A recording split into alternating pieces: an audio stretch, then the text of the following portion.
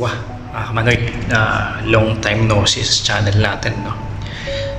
At specifically dun sa journey ko pa Canada, no?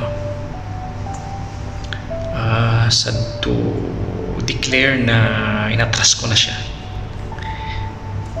Inatras ko na siya after 1 year and 10 months na journey ko. Bakit ko nga ba siya inatras? Madaming reason mo na eh.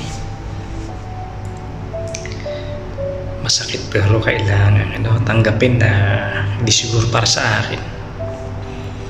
Kaya actually hindi lang sa 1 year and 10 months eh, kasi nga gaya ng mga past videos ko, 2 years na dapat kasama ako ng first batch. Kaso nga nagpasiguro lang din ako kasi mahirap na pera, malaking pera eh. So hindi ako sumali sa first batch. Nakalarga sila 1 year and almost 2 years sila, pero 1 year and 10 months din eh,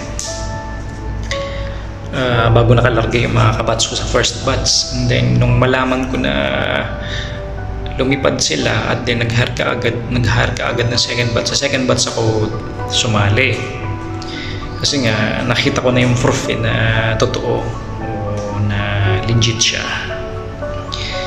Nung sumali naman ako sa second batch nung November 2, kasi kinalkal ko yung history uli. So parang nasa less than 4 years na ako dito sa agency na kaantabay since 2020 yan. Tapos sumali ako sa second batch sa 2022 November 2 2022 yun.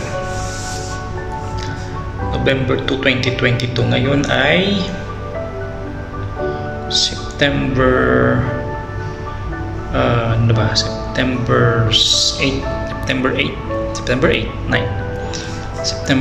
na ngayon 2024. So sumurrender na ako, nag-declare na ako sumurrender kasi hindi ko na kaya yung pressure, mga kamanoy. Madaming reason. Ano yung mga reason ko ngayon?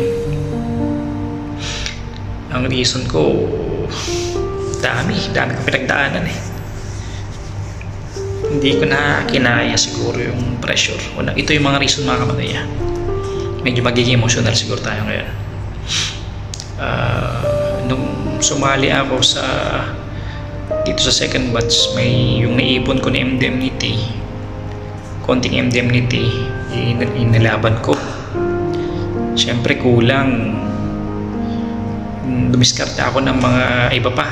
Nag-loan ako sa BPI 55,000 at dumating na nga ako sa point na binabaan na ako ngayon ng BPI ng demand letter at kakasuhan ako ng BPI. Kaya yun, na pressure ako lalo. Anytime bababaan ako ng BPI ng legal offense sa about sa credit. Ayan, dalawang reason na yun. Pangatlong reason, yung mga na-involve sa proseso ko. Yung lupa ko na 100 square meter ay pinasalo ko na sa kapatid ko. Sinurrender ko na. Wala na akong lupa. Yun, yung natira doon na pera, yung binigay sa akin ng kapatid ko, yun ang ginastos ko pa sa Canada. 3. Pang-4, nag-loan ako ng 80,000. Babayaran ko ng 110. May tubo sila ng 30,000. 4 na reason ko na.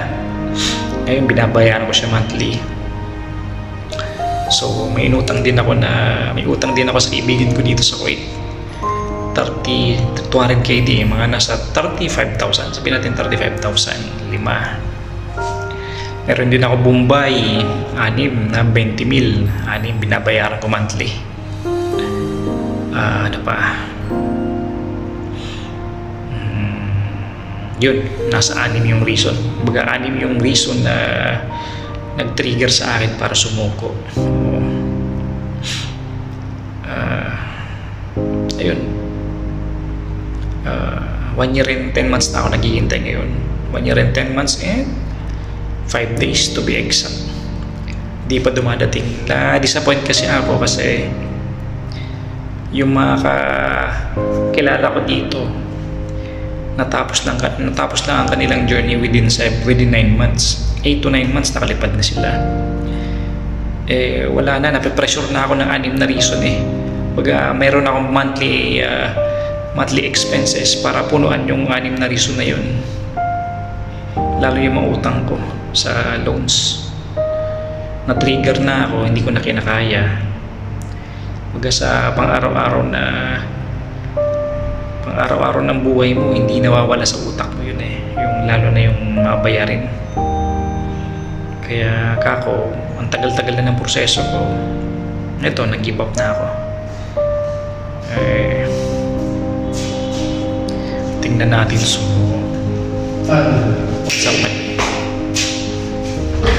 tingnan natin hindi ko alam kung basta yung kausap ko yung agent ko, sabi ng agent ko na hahanapan na daw ako ng kapalit since na umalis na ako. Nag-resign na ako dun sa pag-apply. Bahala na. Yun, sabi ko sa kanya, pa-compute na lang ako ng ma-refund ko. Actually, yung agreement namin dun is non-refundable. Pero sabi niya, naintindihan niya daw yung katayuan ko. Sabi ni agent, titingnan niya, i-recheck kung magkano yung mabibigay sa akin. Sana ang compute ko nga dun sa pagkabaon ko ngayon, kailangan ko naman na rin 70,000 para mabayaran ko lahat ng utang ko sa proseso, sa sa journey ko dun. Kaya ngayon kailangan ko naman na rin 70,000 para mabayaran ko yung mga bills ko. Tapos hindi ko sa 172,000 din na binigay ko dun sa agency, hindi ko alam kung magkano yung ma-refund ko. Hopefully na lang din na sana ang kunin na lang nila yung processing fees na lang. Huwag na sanang tubuan. At ito pa, nag-stay ako ng 4 na taon sa kusina para ma-experience ko yung kitchen experience, gaya ng nasabi ko sa dating videos. Baga sa loob ng 4 na taon na yan, kaya ko sana makahanap ng magandang sahod kumpara dito sa trabaho ko ngayon sa kusina. Pero tsinaga ko siya dahil nga hinahabol ko nga itong Canada. Pero dumating talaga ako sa time na wala na. Alam mo yung bola na nawawala ng hangin, tapos nagsishrink siya pag ganun, paliit. Wala na baga konti na lang yung hangin Ayan yun. Para lumoboli yung bola, wala na, pinakawalan ko na. Napakasakit, pero yun talaga siguro yung kapalaran. Anyway, hindi naman ako nagbabaya. 3 times ako nag-attempt, at sa pangatlong beses ko ngayon, sumuko na ako. Grabe. Sinuko ko lahat ng 4 years na paghihirap ko sa kusina. Hindi ko na kaya kasi. Hirap na ako. Emotionally, financially, hindi na kaya. Bobo na talaga siguro. Tingnan natin siguro iniisip ko lang din siguro na napakaraming pintuan, pero nagpo-focus na ako sa isang pintuan. Ba't ko pinofocus yung sarili ko sa isang pintuan? Dapat igala ko yung mata ko para mahanap ko yung ibang pintuan. Yung nangyari kasi parang may tapete ako pupunta ron. Hindi ko lang napapansin yung kaliwat kanan, mayroon pala mas maganda siguro. Siguro, hopefully. Kaya, ngayon, wala.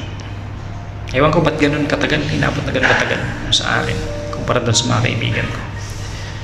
Anyways, that's life. Salamat sa inyo lahat, mga kamatay. Sa pagantabay, sa mga nag-abang nung journey ko papunta dyan. Pero wala, hindi ko akalain na susurrender ako. Lalo't dumating pa kasi yung kaliwat kanan ng mga balita na mga problema dyan ng migrants sa dyan sa Canada, kaliwat kanan, mga rally. Siguro ganun ang reason ba't nagka-delay yung mga applications ko. Kumbaga nadamay ako. Hanggang ngayon, gano'n na. Hindi na ako makakapit. Bumigay na rin ako. Tagal na kasi mga panay. 1 year and 10 months na ako naghihintay. Kasi sabi kasi ni agent, mas mabilis daw ang proseso dito kumpara sa Pilipinas. Naniwala din naman talaga ako. Kasi nga yung mga kabatso galing ng Pilipinas, almost 2 years na naghintay. Mas mabilis nga daw dito. Pero ganun pa rin. 1 year and 10 months na ako naghihintay. Tagal din pala. Akala ko mabilis lang. Umutang pa ng mga kaliwat kanan sa mga bangko at mga pautangan sa mga 5-6. Habang tumatagal kasi mga kamanoy, lalo akong nababaon. Kasi yung monthly bills ko nga, yung sa mga loans ko. Ayun, dumating na ako sa time na kakasuhan ako ng BPI ngayon. Hindi ko alam. Bahala na. Kasi ang alam ko, masyado na akong pressure eh. Demoralized na yung utak ko. At ang isa sa makakatulong sa akin yung pag-atras ko na application ko. Kasi kahit pa paano, yung pera doon na mabibigay sa akin, baka makatulong para ma-fill up ko yung mga kautangan.